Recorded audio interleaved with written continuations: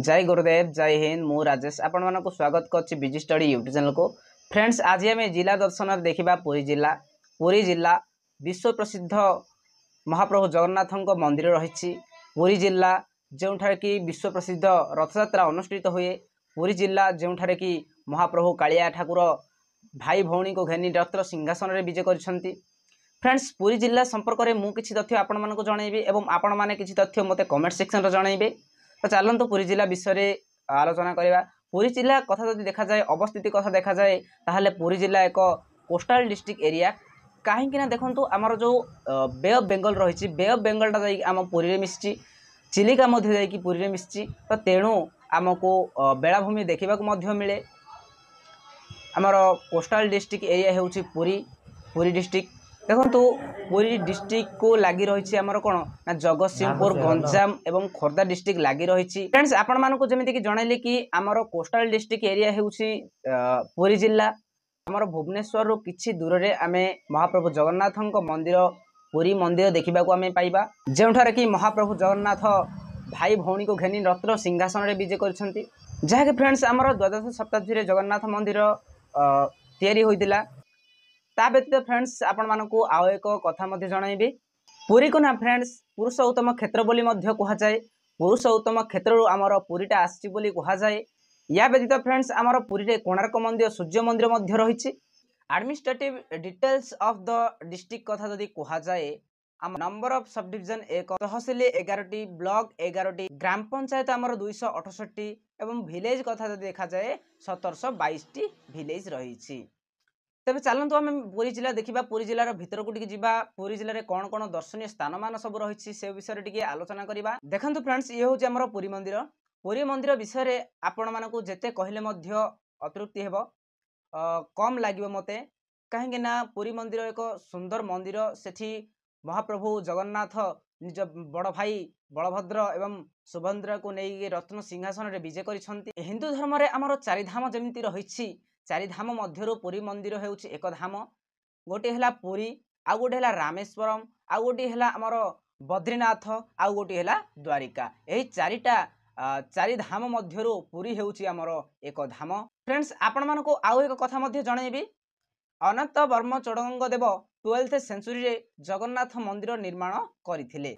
पुरी कोल रे आपण माने मेघनाथ प्राचीर देखिबाकू पाइबे। गोटे इंटरेस्टिंग कथा जानिबे कि बाहर समस्त जगह रे आपण माने समुद्रर गर्जन शुणा पाइबे किंतु बड़ देउल भितर आपण माने कोनोसी समुद्रर गर्जन शुणा पाइबे ना।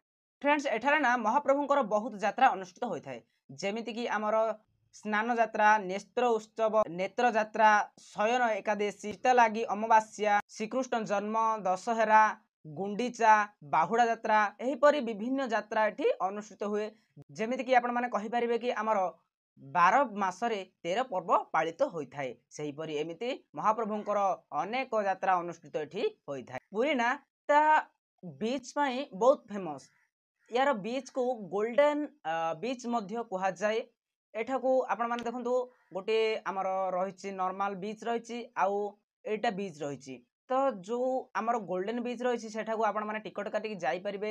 सेठी आपण माने बहुत बुलाबुली करि परिबे बहुत एंजॉय करि परिबे। सेटा एक सुंदर स्थान। आकु ना आमर ब्रिज मानक मध्य श्रेष्ठ बीच बोली टैग मध्य मिलिछि। बहुत सुंदर जगह टी आपण माने जदि जाई नाहते निश्चित भाबे जाईकी बीच को बुलिकी आसंतु। देखंतु फ्रेंड्स आमर जो ओडिसा रे कॉम्पिटिटिव एग्जाम गुडी को हेउछि बारंबार ए क्वेश्चन गुडा को रिपीट होउछि। आपण माने निश्चित भाबे याको मन रखंतु। पचारि पारिबो कि आपण मानको गोल्डन आमर बीच केउठी रहिछि बोली पचारि पारिबो। तो निश्चित भाबे एगुडा को आपण माने मन रखंतु। या व्यतीत ना फ्रेंड्स आउ एक सुंदर स्थान देखा पाइबे कोणार्क जहाँकि आपणकर विश्व ऐतिह्य स्थल। ता व्यतीत फ्रेंड्स आपण मानको आउ एक कथा मध्य जनइबी। 1984 मसीह रे आमर कोणार्क मंदिर को वर्ल्ड हेरिटेज साइट रो मान्यता मध्य मिलिछि। ओडिसा रो एकमात्र स्थान जहाँकि आमर कोणार्क ताकू ही आमर वर्ल्ड हेरिटेज साइट रे मान्यता मिलिछि। गंगवंशर राजा लांगुला नरसिंह देव कोणार्क सूर्य मंदिर को निर्माण करिसंती। आपण मानको जणाइबे कि कोणार्क सूर्य मंदिर को सूर्य क्षेत्र बोली कहा जाए बा अर्क क्षेत्र बोली मध्य कहा जाए। देखंतु आउ एक गोटे इंपोर्टेंट क्वेश्चन मध्य आपण मानको रहुछि। आमर पुरी जगन्नाथ मंदिर को कोन कहा जाए ना व्हाइट पागोड़ा। सेमिति आमर कोणार्क मंदिर को कौन कह जाए ना ब्लैक पागोड़ा बोली कह जाए। आम ओडिशा कॉम्पिटिटिव एग्जाम रे समस्त कॉम्पिटिटिव एग्जाम रे क्वेश्चन गुड़ाक निश्चित इंपोर्टेंट रोचे। आपण माने निश्चित भाव एगुड़ा को मन रखु आपण मानकर बहुत हेल्पफुल रहिबो। फ्रेंड्स एही मंदिरटी ना देखा रथ आकृतिर रथ आकृतिर यार चक रही एवं घोड़ा मध्य टाणुची बहुत सुंदर स्थान। आपण माने जदि जाई नाहंते निश्चित भाव जातु एवं यह पाखरे गोटे म्यूजियम मध्य रही से म्यूजियम को आपण माने निश्चित विजिट करंतु कहीं ना से म्यूजियम को गले आपण माने बहुत किछि तथ्य संग्रह करि परिबे बहुत किछि जानि परिबे। तेणु आपण माने जेते बेले भी कोणार्क सूर्य मंदिर जाउछंती ताहाले आपण माने से म्यूजियम को टिके जाइकी बुलिकी आसीबे। फ्रेंड्स मु आपण को चिलिका कथा कहबी खूब सुंदर स्थान विभिन्न स्थान रो विभिन्न नाना प्रकार पक्षी माने एठाकू आसंती। चिलिका रे नलबण मध्य देखिबा को पाइबा। एको मन रखु ये गोटे बार्ड सेंचुरी मध्य चिलिका को आम रामेश्वर साइड रे मध्य मान्यता मिली।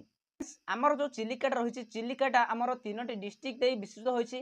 गोटे है आमर गंजाम आ गोटे है खोर्धा आ गोटे है पुरी यही तीनोटी डिस्ट्रिक्ट दे आमर विस्तृत होइछि। एठना फ्रेंड्स आपण माने कालीजाई मंदिर देखा पाइबे। चिलिका जो रही चिलिकार टिके भीतर को गले भीतर भाग रे गोटे टापू रही से टापू मझिरे आमर माँ कालीजाई मंदिर रही। फ्रेंड्स पुरी जिले ना गोटे काकटपुर गोटे सहर रही। काकटपुर सहर रे माँ मंगला विजय कर प्रसिद्ध मंदिर माँ मंगलांकर काकटपुर सहर रही। माँ को 12 मंगलवार आपण माने सेठाकू जदि मंगलवार दिन जीवे तो सेठी बहुत भिड़ होता है। या व्यतीत फ्रेंड्स आपण मानकू जनइबी पुरी जिलार आउ अन्य एक स्थान जहाँकि आपण मानकर चांदुआ प्रसिद्ध आपण मानक पुरी जिलार पिपिली आपण मानकर चांदुआ कार माने बहुत बहुत सुंदर सुंदर चांदुआ बनाती सेठी। या व्यतीत फ्रेंड्स आउ एक जगह विषय आपण मानकू जनइबी सत्यवादी आपण माने शुणिथिबे जानिथिबे सत्यवादी वन विद्यालय गोपबंधु दास विषय। तो पुरी जिलार गोपबंधु दास आमर सुआंड ग्राम में जन्मग्रहण करथिले। तो यह थिला आमर पुरी जिला उपरे किछि तथ्य। जदि वीडियोटी भल लागिथिबो निश्चित भाव लाइक करंतु एवं पुरी सांगसाथी मानकू आपण मानकर शेयर करंतु। जदि आम चैनल रे प्रथम थर आछंती आम चैनल सब्सक्राइब करंतु। रहुछि आगामी वीडियो देखा पर्यंत आपण मानकू समस्त को जय गुरुदेव जय हिंद।